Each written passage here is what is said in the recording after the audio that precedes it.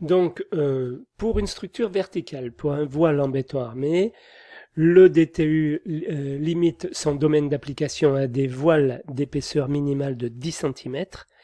Et pour les voiles de façade, ils doivent obligatoirement avoir une épaisseur minimum de 15 cm. Mais il faut également tenir compte des règles de construction en rapport avec l'incendie et la réglementation acoustique. Attention, les valeurs qu'on va vous donner ci-dessous peuvent être utilisées dans le cadre d'un avant-métré lorsqu'on ne dispose pas d'une préétude béton établie par un ingénieur en béton armé. Il faudra dans tous les cas faire valider ces dimensions par une étude béton armé. Voilà. Donc ce tableau, moi je vous conseille de l'imprimer, de l'avoir sous le coude si vous travaillez un jour dans du gros œuvre, c'est-à-dire dans du béton armé. Pour le bois, c'est pas tout à fait les mêmes choses, pour le métal non plus. Voilà. Mais le principe est le même, mais c'est pas tout à fait les mêmes calculs que l'on va, les mêmes ratios, j'allais dire, qu'on va utiliser. Voilà, donc pour un linteau, on considère nos 20 cm de chaque côté, vous vous souvenez, jusqu'à 2 mètres. Voilà, la hauteur du linteau, H, ça va être sa portée divisé par 10, avec une continuité faible. Vous vous occupez sur tout ça, hein, continuité faible. Après, continuité forte, à voir plutôt pour les planchers. Donc poutre avec retombée, c'est-à-dire la retombée, c'est la partie en dessous de la poutre, où elle pourrait être en relevé, c'est pareil. Je prends la portée, je la divise par 10 avec une continuité faible. Vous partez là-dessus, vous savez que vous êtes bon. La largeur, on peut prendre 0,4 à 0,5 que multiplie la hauteur. Et on est tranquille.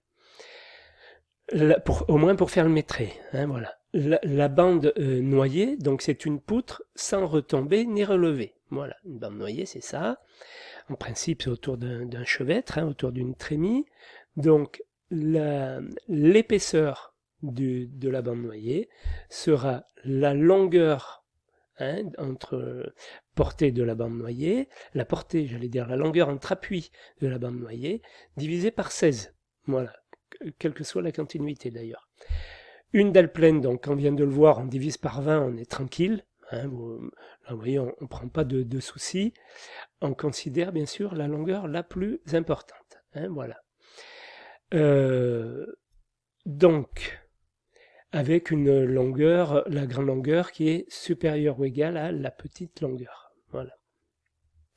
Dalle sur 4 appuis, donc L divisé par 30. Hein, voilà, en fonction de ce que vous donne l'ingénieur béton. Donc ça, c'est quand même un cas que l'on voit quand même assez souvent. Donc divisé par 30.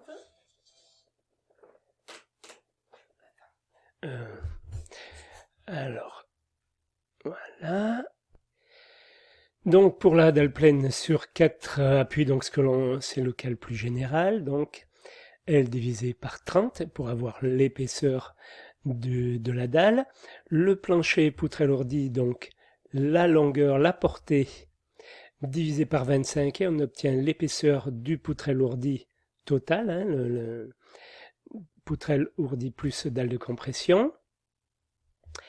Les balcons, bon, la longueur divisée par 10 pour obtenir l'épaisseur. Le poteau, pour obtenir la largeur du poteau, on prend la hauteur que l'on divise par 15, hein, la hauteur en mètres, et on aura donc la largeur donc en mètres. Voilà, donc ce tableau, vous l'imprimez, vous le gardez sous le coude, le cas échéant, hein, simplement si vous en avez besoin.